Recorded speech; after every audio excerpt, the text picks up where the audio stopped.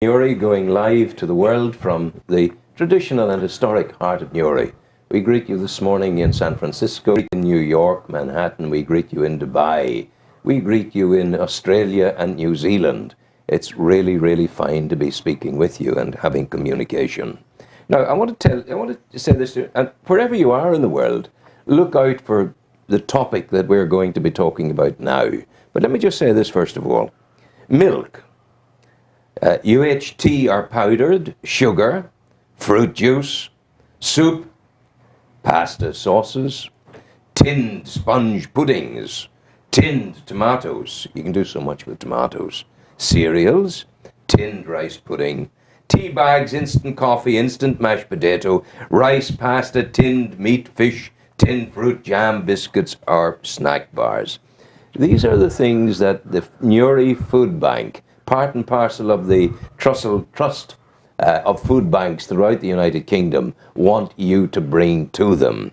And now I'm pleased to introduce my guests who are very passionately and intimately involved in this. Mike Holohan, who's the pastor of the Newry Christian Centre that operates the food bank, and Brenda Fearon from Curves, and you have an interest in it this month as well.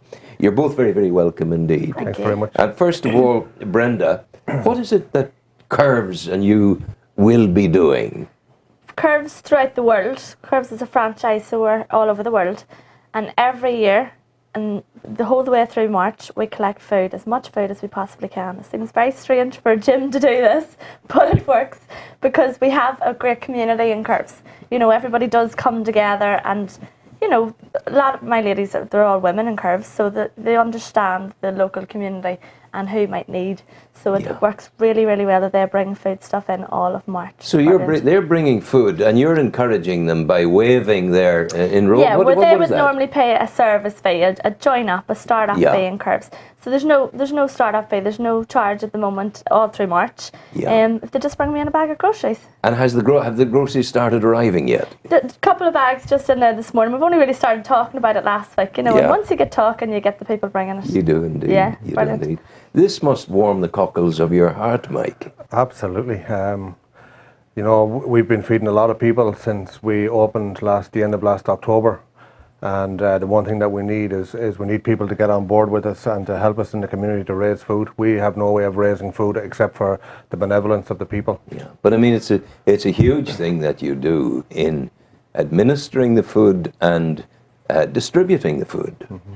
Well, we have a small team of volunteers. My wife heads that up at the moment, and a small team of volunteers, and we're looking for more people to be involved. But it's a full-time job. Of course. Collecting food and parceling and meeting with people and distributing the food.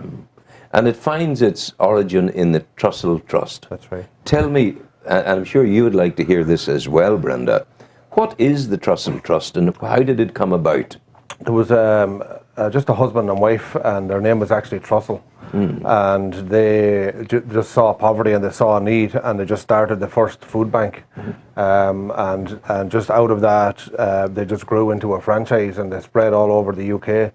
And it's amazing how many people are being fed weekly. I think something like 1 million people a week in the UK are being fed through Trussell Trust food banks. And I see recently the Archbishop of Canterbury spoke about Trussell Trust, spoke about food banks, spoke about the importance of it, and said that in spite of what politicians tell us, this is not a blip, a downward blip in our lives, that this is here to stay. That's right. Is that your experience? Yeah, it's getting worse all the time. I don't know if you noticed recently, there's an appeal went out for the local fishermen, the fishermen all around Northern Ireland. And they've had a very bad winter, and they've been appealing for help, and Trussell Trust have got on board, and we ourselves have got on board with them, and we've started to send them food parcels. And you know, the way things are changing, the way the laws are changing, Irish fishermen are not allowed to go out beyond a certain point, but yet we see Spanish fishing vessels coming into our coastal waters taking our fish, and then we end up in a scenario where the fishermen are not able to feed their families. Wow. That's one group of people you help. What other kind of people are coming to you? They're coming from all walks of life. We see people we had a guy in actually last week, he had a business and his business went bankrupt. And because he was a businessman, he obviously all his money was gone because he went bankrupt. But when he went to sign on, it's going to take him 6 or 8 weeks before he gets any money. And so he's in dire straits. He's got no food, no way of supporting himself. Then we meet people who come from broken families, maybe husband and wife split up or whatever. We meet people like that. We meet people who've lost their job, who are on the dole. Just from all walks of life, you know. I have to say, I can visualize easily the broken family scenario, the businessman with no access to money because he's gone bankrupt. I can visualize that, but I've never seen a thin fisherman yet. And my observation is, you know, I'm very, very surprised that Trussell Trust would have to help there because they've just got something like 50,000 from the government to distribute. I can't comment on it. I know nothing about it. I was watching it on the news the other day, and it was a fisherman came in and he had 2 real small boxes of shellfish, and he said that's all we caught. And he says I can't feed my family and pay for the boat and pay for the other guys from that. Yeah. So over there, the people come to you. They've already been vetted in a sense. Yeah, well, we use some of the local agencies. CAB have been brilliant, Citizens Advice, Mindwise. Yes, I heard Rosemary talking about you and what you're doing. They've been a real big help to us. Mindwise, social services, social welfare, all these different people. We give them vouchers, even the local police.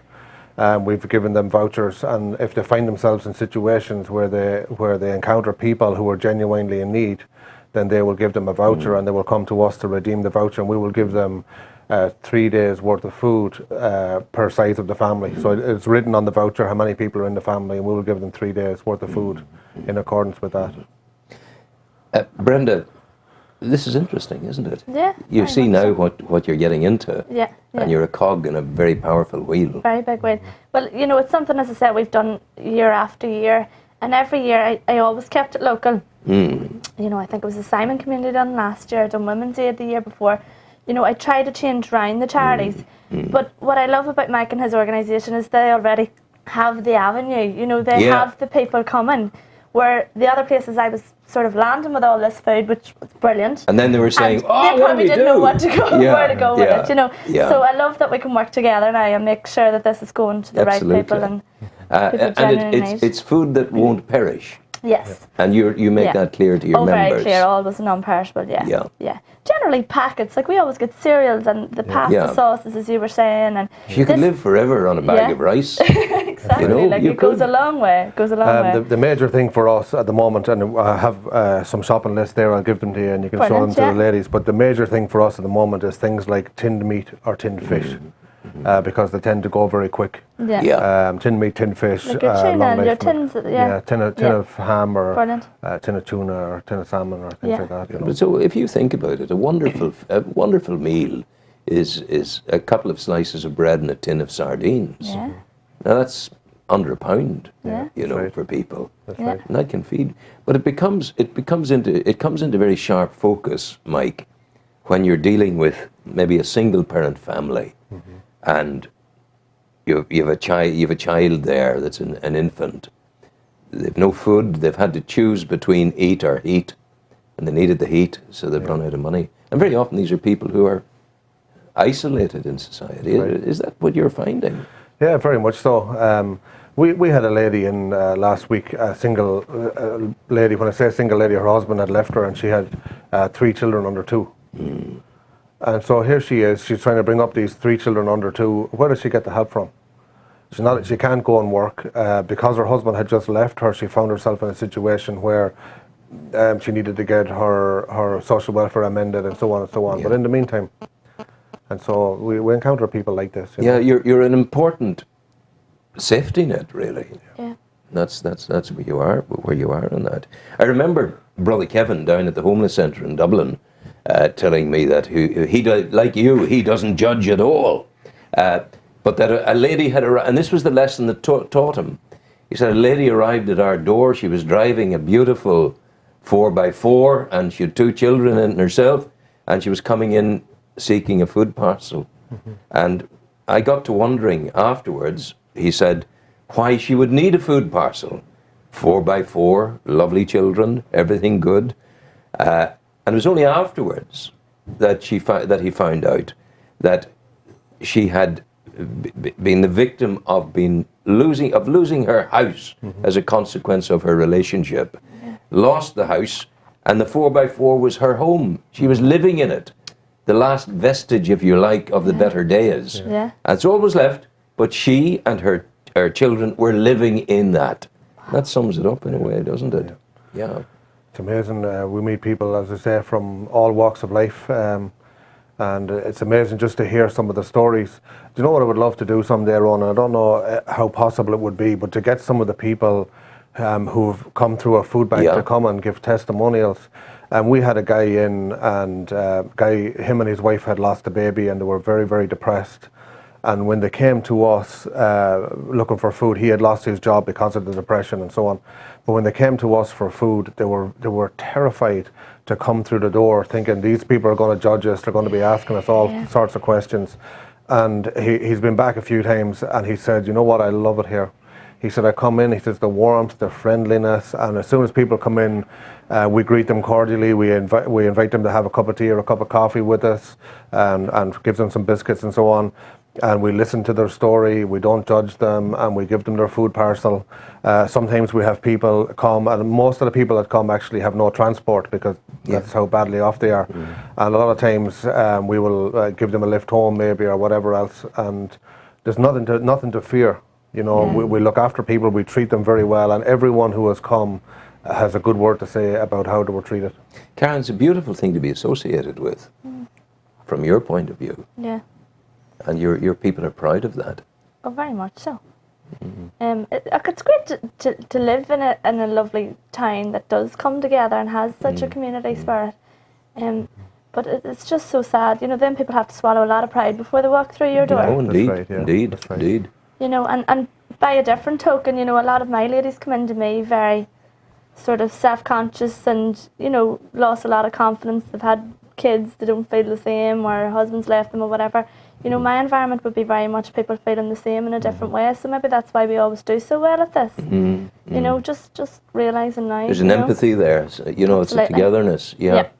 But it's not a but I don't mean it as a but at all. It's a statement of fact that you're motivated by Christianity. That's right. By the message of Jesus. That's your message there. That's why you started the Newry Christian Centre. That's right. What is specifically the ethos of the Newry Christian Centre? The ethos really of the Newry Christian Centre is that we want people to experience the love of God for themselves. And God is a loving God. The scripture tells us that God so loved the world that he gave his one and only Son. And people have this mentality all the time that God is a God of wrath. God is a God of love. He's a God of justice and a God of mercy. And so that's the first thing. And the second thing then is that we are God's eyes and ears and hands, if you like, in the community, where we go out into the community and we help people in the name of Jesus Christ. And there's healing goes on there. Healing goes on there. We actually have a healing service this Sunday morning at 11 o'clock. And we will have a healing service, and then anybody who's there who's sick, we will lay hands on them and pray for them. And we have seen a lot of miracles. We have a wee child at the moment, 5 years of age, Eva, was healed. She had cancer on her spine, and she had a cancerous tumour at the back of her, between her brain and her spine. And we laid hands on her and prayed for her. She went back to the hospital. They gave her an MRI scan and gave her the all clear. And they've done 3 or 4 MRI scans since, and she's completely clear of cancer. It's a strong message that you're giving expression to, and that's from the tradition of the Jesus God who walked the earth. I think one of the things about Christianity, Ron, is Jesus said that you know a tree by its fruit. He says he didn't say you know a tree by what they say. He says you know them by their fruit. And there's a lot of people, and they claim to know God or they claim to have a relationship with God, but it's not by what you say, it's by what you do, by your actions. I think St. Francis said, I preach the gospel of Jesus, and sometimes I use my tongue. That's right. My voice. That's right. Makes a lot of sense. Yeah. Well, I wish you well in what you're doing. Thanks very much. And maybe if you would, if you can, come up with folk who would like to come in and talk about the place they are in life at this time and how the Christian Centre in Newry is helping them, they'd be most welcome. Thanks very much. Well, I'll leave that with you. Yeah, And we can come up on that. And you, my dear girl, Karen, you're fantastic. Well done. Thank you. And well done to Curbs for reaching out into the community. And go well, as they say in Africa. Go well. And it's letting people know that this is just a drop-off point now. For, you Yeah. know, if anybody that's Anyone maybe, can do it. Come and drop stuff off to you. everyone Yeah. knows where Curves is. I've Yeah. publicised it enough around the town. Oh, yeah. So come up and drop stuff off, even if you never wanted anything to do with Curves. You know, Yeah, just just come get and leave the right- food, Yeah. and you'll get it to Please the do, people. yeah. So, dear friends, that's Brenda Fearon and Pastor Mike Holohan from the Newry Christian Centre. We wish you well, go well, take care, and keep up the good work. Thank you. I think it's God bless hugely you. important. Yeah, thank you very much. God bless you.